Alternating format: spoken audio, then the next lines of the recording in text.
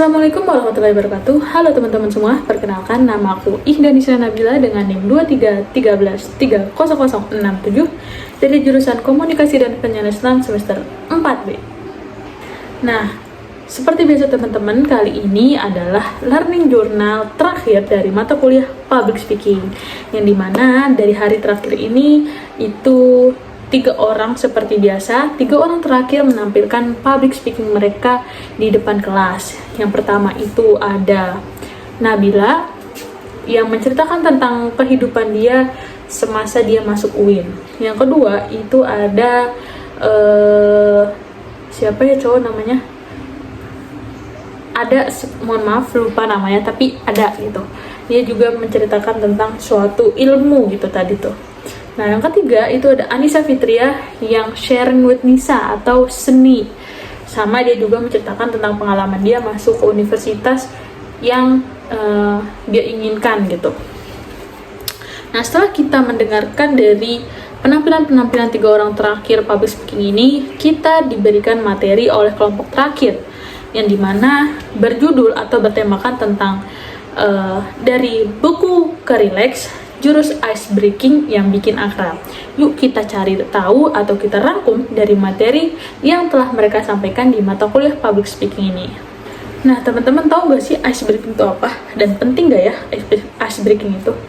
Teman-teman, ice breaking itu kalau di public speaking atau di suatu acara itu menurut saya penting. Karena mungkin di sisi lain ada beberapa kelompok orang yang lebih memilih untuk diam, tidak bercakap atau berkomunikasi dengan orang lain, ataupun suasana dalam kelompok tersebut itu membeku. Jadi, pemateri ataupun moderator wajib seharusnya untuk melakukan ice breaking. Supaya apa? Supaya memecahkan suasana itu menjadi lebih rileks lagi, lebih hibur lagi gitu penontonnya, audiensnya, agar bisa lebih fokus dalam mendengarkan materi-materi selanjutnya ataupun penyampaian yang akan disampaikan selanjutnya gitu. Jadi ice breaking ini perlu karena selain merelaksasikan suasana, ice breaking juga bisa fungsinya itu untuk mengakrabkan sesama audiens. Mungkin ada yang satu audiensnya belum kenal dengan audiens satu sama lain. Dengan cara kita mengadakan ice breaking, itu bisa mengakrabkan satu sama lain suatu audiens.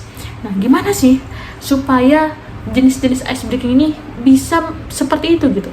Ice breaking itu banyak macamnya teman-teman, yang sudah disampaikan oleh kelompok terakhir tadi. Macam-macam dari ice breaking itu baik dari lagu, yang dimana salah satu audiens itu disuruh untuk menyanyikan lagu agar menghidupkan suasana audiens. Dan yang kedua itu kita membuat yel-yel. Nah, kalau membuat yel-yel ini itu terkhusus untuk kelompok gitu.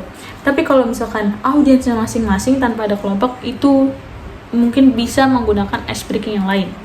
Nah, ice breaking ketiga itu bisa uji kefokusan dengan cara baik tepuk tangan ataupun tunjuk hidung, telinga atau mata. Nah, ataupun sejenis lainnya yang membuat audiens itu bisa fokus kembali dan tidak bengong ataupun jenuh seperti itu. Nah, ice breaking selanjutnya dengan cara mengakrabkan, kita bermain game satu sama lain dari audiens ke audiens, yang dimana itu membentuk suatu keakraban dari penonton ataupun audiens yang ada di acara tersebut. Jadi ice breaking itu banyak macamnya teman-teman. Gak hanya ice breaking untuk menghibur seseorang, menghibur audiens dengan cara kita yang memimpin gitu. Memang moderator ataupun MC itu wajib memimpin jalannya suatu ice breaking gitu. Tapi juga dalam ice breaking ini banyak macamnya, dimana kita juga harus bisa menempatkan ice breaking itu di mana, di saat keadaan apa gitu. Jangan di saat keadaan yang tidak cocok untuk ice breaking gitu, ataupun misalkan kita main sudah jenuh gitu kan, terus tiba-tiba kita mengadakan ice breaking untuk menyanyi, itu tidak membuat audiens itu kembali untuk fokus lagi. Lebih baik kita mengadakan ice breaking itu untuk memfokuskan audiens itu untuk mendengarkan materi selanjutnya ataupun acara yang selanjutnya gitu, lebih memperhatikan lagi. Jadi ice breaking ini memang perlu di saat-saat suasana yang tidak tidak terkendali gitu, baik dari ramai ataupun dari sunyi jenuh gitu. Ice breaking bisa menghidupkan suasana lagi dan bisa mengatur ataupun bisa mengatur dan lebih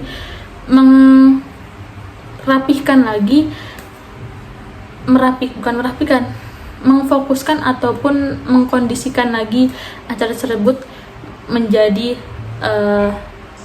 baik gitu, nggak yang rame, nggak ada yang sepi seperti itu. Jadi lebih fokus dan lebih teratur lagi acara tersebut. Jadi gunanya ice breaking mungkin untuk memancing audiens untuk lebih fokus, satu, lebih aktif lagi dalam bertanya saat sharing tanya jawab gitu. Ketiga, itu bisa memecahkan suasana yang dari jenuh menjadi kembali riang lagi, dari ramai menjadi fokus kembali. Jadi fungsi ice breaking ini memang banyak teman-teman yang sudah dipaparkan oleh kelompok terakhir tadi. Jadi ice breaking itu selain membuat audiens ini akrab, tetapi juga bisa membangun suasana audiens, membangun acara tersebut menjadi lebih fokus, terus lancar dan baik dalam acara tersebut. Jadi ice breaking ini bisa membantu, istilahnya membantu suasana acara berjalan dengan lancar, terus teratur seperti itu.